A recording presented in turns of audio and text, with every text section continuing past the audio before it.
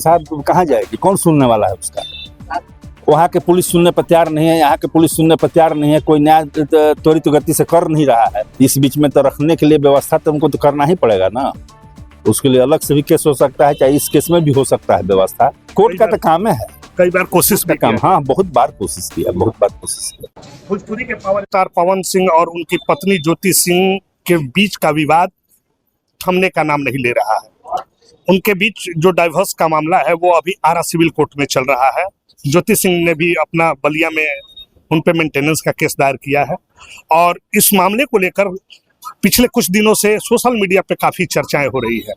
इस वक्त हम इस मामले पे बात करने के लिए हमारे साथ आरा सिविल कोर्ट के सीनियर अधिवक्ता और ज्योति सिंह के जो पक्षकार वकील हैं विष्णुधर पांडे जी, उनसे बात करेंगे। विष्णु जी, ये जो फिर से विवाद पवन सिंह और ज्योति सिंह का आ गया है, ज्योति सिंह कह रही है कि हम उनके घर जाना चाहते हैं और पवन सिंह कह रहे हैं कि हम उनको नहीं रखेंगे।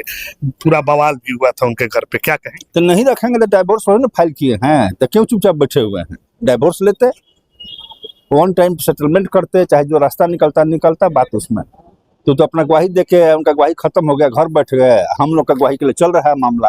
कुछ दिन तक कोर्ट वैकेंट था, फिर कोर्ट आ गए हैं इधर, तो हम लोग भी अपना गवाही देंगे उसमें। अभी ज्योति सिंह बाकी है, एक दो और गवाही बाकी है, अभी 2 गवाह हम लोग तरफ से हुए। अच्छा, ज्योति सिंह उनके घर पे जब गई, लखनऊ के घर पे, तो शायद आप ही से बात कर रही थी क्या? वहाँ से वहाँ बलिया के अधिवक्ता है, उनसे बात कर रहे थे। हम किसी से बात नहीं करते हैं। तो ज्योति सिंह वहाँ बता रही थी कि अभी जो हम लोगों के बीच का जो विवाद है वो अभी न्यायालय द्वारा फाइनल नहीं किया गया है, तो हम चाहे तो अपने पति के घर रह सकते हैं, क्या ये सही है? वो रह सकते हैं, नहीं रह सकते, उन लोग का बीच का बात है। जब डाइवोर्स का मामला फाइल है, दोनों कुछ दिन सेपरेट हैं, न्यायालय के साथ अनुमति लेना पड़ेगा। चाहे हस्बैंड कहे जब हम रखना चाहते हैं तो जा सकती हैं वहाँ पर। अभी तक तो कोई परमानेंट सोल्यूशन वो किए नहीं है। इस बीच में तो रखने के लिए व्यवस्था तो उनको तो करना ही पड़ेगा ना। उसके लिए अलग से भी केस हो सकता है, चाहे इस केस में भी हो सकता है व्यवस्था, जिनको रखने का व्यवस्था उनको देना पड़ेगा।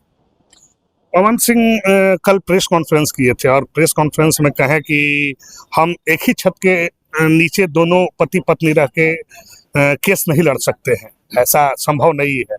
अगर उनको केस भी लड़ना है तो हमारे घर में नहीं रह सकती। नहीं, रखने का तो व्यवस्था उनको करना पड़ेगा। इसी में तो लिंगर खिंचा रहा है केस। कानूनतः उनको जो है सो व्यवस्था उसको रहने के लिए करना पड़ेगा, खाने पीने के लिए करना पड़ेगा, और उसी स्टैंडर्ड में, जिस स्टैंडर्ड में वो हैं।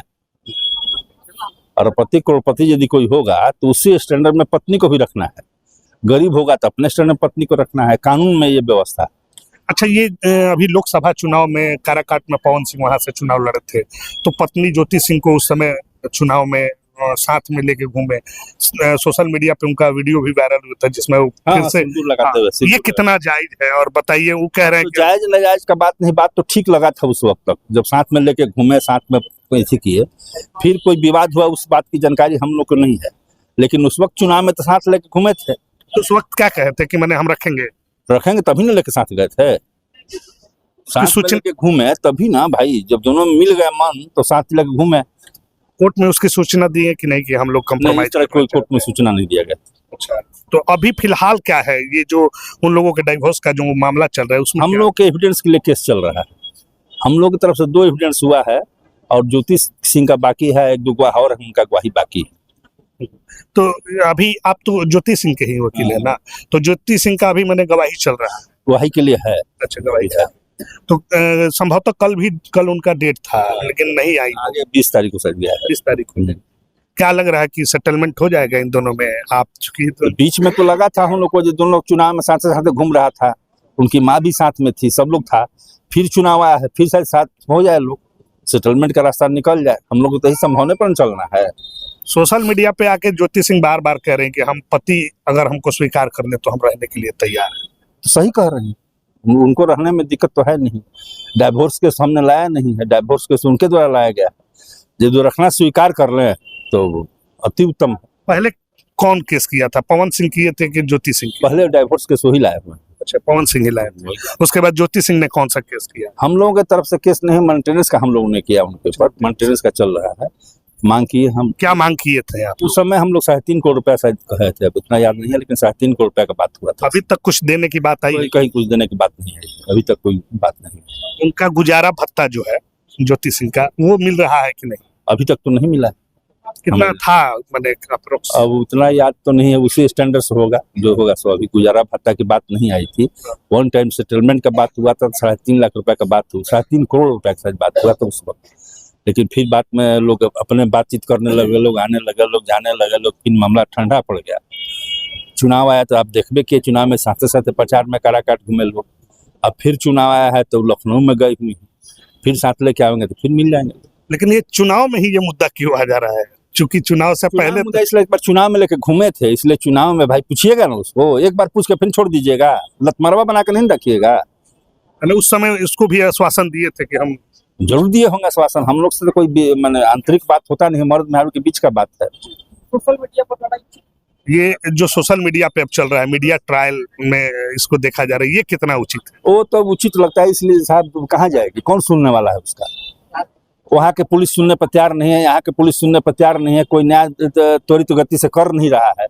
यदि न्यायालय चाहे तो त्वरित गति से न्याय हो जाता, उस वक्त काम खत्म हो जाता। लेकिन जो दोनों कभी कभी तो हटता है, कभी कभी मिल जाता है, तो शिथिल पड़ जाता है मामला।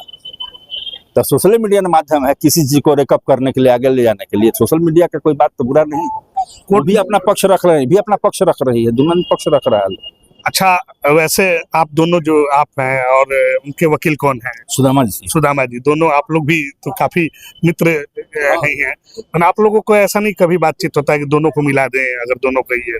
अभी तक तो हम लोग का बातचीत नहीं हुआ है ऐसा। एक दूसरा वकील कोई बात नहीं करता है केस के बारे में, बतियाएगा, खाएगा, पिएगा, सब करेगा।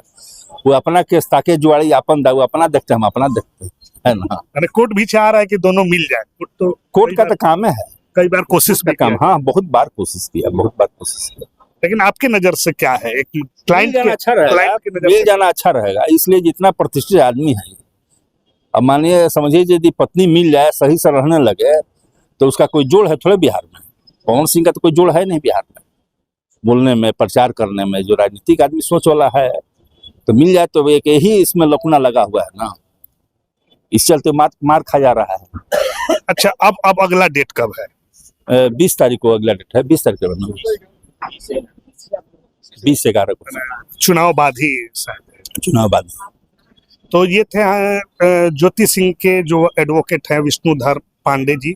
इनका साफ तौर पे कहना है कि पवन सिंह इतने बड़े स्टार हैं और उनकी पत्नी के साथ जो विवाद चल रहा है, ऐसे में दोनों को मिल जाना चाहिए और एक सुखी वैवाहिक जीवन व्यक्तित्व करना चाहिए। सहयोगी छोटे विकास के साथ सोनू सिंह, आरा, बिहार तक।